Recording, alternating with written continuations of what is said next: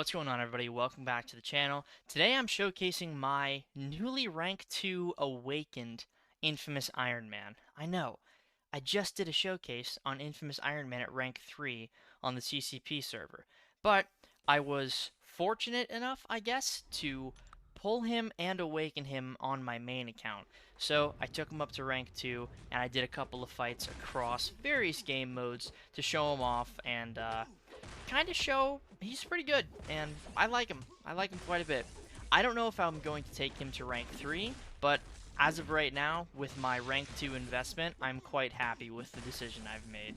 I think Infamous Iron Man needed to be a 7-star to maintain his irrelevance as an attacker and not just as a prestige champion, especially because prestige is moving in the direction of 7 stars and 6 stars are being left behind. I think Idum being introduced is not only good for the prestige factor, but it's also good for his relevance factor because Idum, he's a great 6-star, and if 6-star prestige is still important to you, then he fills two roles. He's a good champion, and he's good with prestige for 6 stars. But I think the 7-star introduction was so important for him, and now that he has it, yeah, I think we're going to see a lot more people using Idum, especially at the rank 2, rank 3 level. So I'm excited. I'm excited to see people use Idum and show him off in a bunch of different game modes. So like I said, this is my rank 2 awakened 7-star Idum. I have the Penny Parker synergy here, so I can do the Eternity of Pain, or the Summer, I always call it Eternity of Pain. I have the Penny Parker synergy, so I can do the Summer of Suffering Toad fight. I wouldn't be able to do this otherwise because Toad is immune to shock on this node. So the Penny Parker synergy allows Idum to place an Incinerate with the matching properties and potency of his shock when the opponent is immune to shock. So you can take this Toad fight with Idum and Penny, no problem. And for the most part, this guy is being shut down completely. We had roughly 80% of his health taken in that Special 3 Power Lock loop, and you're going to see that that loop comes back in a couple of fights going forward in the showcase. But there we go. There's the Summer of Suffering, Eternity of Pain, whatever you want to call it, Toad, down in just under 2 minutes. The only thing we had for this fight was the synergy with Penny Parker, so if Toad wasn't shock immune, that fight would have been the same result, just with shock instead of Incinerate. So now we have the Thronebreaker event quest, the Shock node, or the Tech node. It is benefiting Shock champions though, so I just call it the Shock node. Infamous Iron Man is crazy for this. It's so funny how good he is for this. All you need to do is basic combos, and you ramp the node immediately. The Fury only goes up to 5, and we have already hit it, and the fight hasn't even been going on for 10 seconds. So at this point, I don't even need to get to a Special 2. I choose to get there because he gave me the opportunity, so I might as well get to it. And within the first hit of the Special 2, he's already dead. Alternatively, I could have just kept comboing him, gone for a Striker, and probably killed with a Special 1. And I may or may not do that in the preceding fights. I don't exactly remember the strategy I employed with some of these fights, but the damage from this node is just ridiculous, and you're going to see that in the following fights. If the first fight wasn't enough to prove that point. He's ridiculous for this. He's easily the best option for this tech node. The fights just drop so quickly. These are 300,000 health opponents getting completely massacred in 18 seconds, 22 seconds. You know, the first hit there was 90,000 damage, so yeah, 16-second fight for that Star-Lord. Just very silly. Very, very silly damage with the tech node. It's just a little bit of fun, you know. It's not very practical because this node doesn't really exist outside of the Thronebreaker event quest, and then very rarely it shows up in questing content, and whenever it does show up in questing content, I know to use Idum because he is the far and away the best option for it. So I think I do this Kate fight and then one more fight on the lane. There's not much to show outside of just the very fun damage interaction that Idum has with this node. So I don't want to harp on this too much, but I figured it was worth showing just in case people wanted a decent option for the tech node in Thronebreaker going forward, because this node will definitely return, and Idum is the best for it. So that was a 20-second fight or so. Again, these fights are just rapid fire lightning with Idum here. Yeah, I think this is the last fight. Yeah, over 300,000 health. So with this node, he is taking out that amount of health in less than half a minute. So it's very impressive with this node combo. Obviously, this is being inflated because that's kind of the whole point of Thronebreaker EQ, but it's good to have champions that do very well with nodes like this. So I believe this is the last fight I show off here. I think I just chained a special one and he dies. Yeah, I just go for one more intercept there and he's gone. So yeah, really simple, really easy. I'm not even gonna bother to show the Iron Man fight because it's the same stuff. I don't really need to show more than 3 or 4 fights from Thronebreaker. This lane is cool. I really had fun doing this lane. This is the Eternity of Pain content that is permanent. So the Dormammu and the Bishop I have to show you all. And the Dormammu strategy is a pretty interesting one. It's not a strategy that you would typically use for Idum, but you gotta play into the node for this fight because there is energy resistance and all of Idum's damage is energy damage. Except for the degen node that you have active on this fight with no surrender. So obviously, the Footloose node that Dormammu has makes it difficult to knock him down and transfer the degen over, but if he's permanently special locked, you don't have to worry about the Footloose node, because all you're going to need to do is get him in the corner and start heavy spamming, and every single heavy attack at a certain point is going to start applying degen, because those placebo buffs are going to start expiring, and this is the entire fight. This is very cheesy, very silly, not very practical, but, you know, this was a pain fight back in the day, like 2 years ago, and this is a way to handle it. Obviously, he's not playing into the node like you would. He's just shutting down the power of Dormammu. He's not letting him throw any specials and completely locking him down. And even with the energy resistance, it doesn't matter. The degen is what's doing the damage here. All that Idum is doing is preventing Dormammu from throwing specials. I go for a special 2 here, hoping it would deal some kind of damage, and it was alright. It wasn't the best, but yeah, definitely the strategy of spamming heavies into the wall is the way to go for that fight.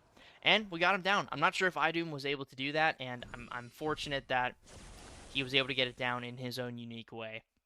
And I figured because I showed off Dormammu, I might as well show off Bishop again, except with the rank 2 this time, and you're still going to see that this fight is just such a joke with Infamous Iron Man. I wish I had a Bishop to show off in the Battlegrounds portion of this video. Unfortunately, I do not, but you're still going to see some pretty impressive stuff in that portion regardless, especially the last fight I have to show you. I really enjoyed that one, and I think you all will too. So we're building up all of these energy vulnerabilities on Bishop here. Unfortunately, he threw that special 2, which kind of sucks because now we have less damage going forward on our special 2.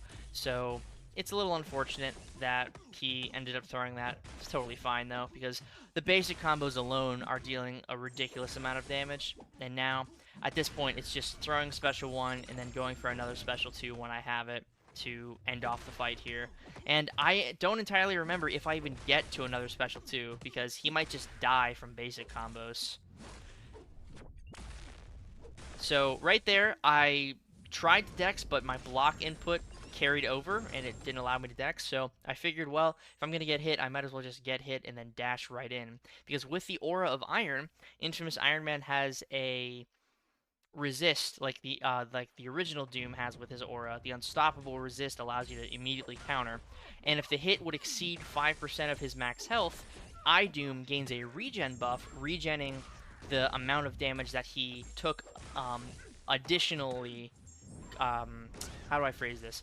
If the hit is dealing more than 5%, any damage dealt over 5%, Idum will heal that remaining damage. And so the 5% cap it's a 5% damage cap, and then anything over it you regen back, so it's like you only took 5%. I guess that's the proper way to phrase that. It's a little hard to explain when I'm trying to do live commentary, but yeah, nevertheless, I just figured I'd throw Realm of Legend Storm in here. I was trying to get to a special 2 and just double special 2 her into Oblivion, but she wasn't having it, so I figured, alright, I'll just go for the special 3 lockdown and kill her that way. So there is one thing that I have problems with, or one problem I have, should I say, with Infamous Iron Man, and it's how he interacts with his own kit. Now let me explain what I mean by that. Infamous Iron Man has an ability in his special 2 where he gains attack rating after the first hit of his special 2 for the remainder of the attack. So after the first hit lands, however however many filled bars of power the opponent has, Idum gains attack rating proportionate to that. So if the opponent has 3 bars of power after the first hit of the special 2, Idum gains the max amount of attack rating um, from his special 2 for the remainder of it after the first hit. The problem with that is Idum typically power burns the opponent on the first hit of his special 2, which means the first hit is removing 1 full bar of power, so your special 2 deals less damage overall. Now, it's not guaranteed for that to happen, he just needs to land a crit, but Idum has a pretty high crit rate, and more often than not, you're going to land that crit, power burn the opponent down from 3 bars of power, and your special 2 will deal less damage overall.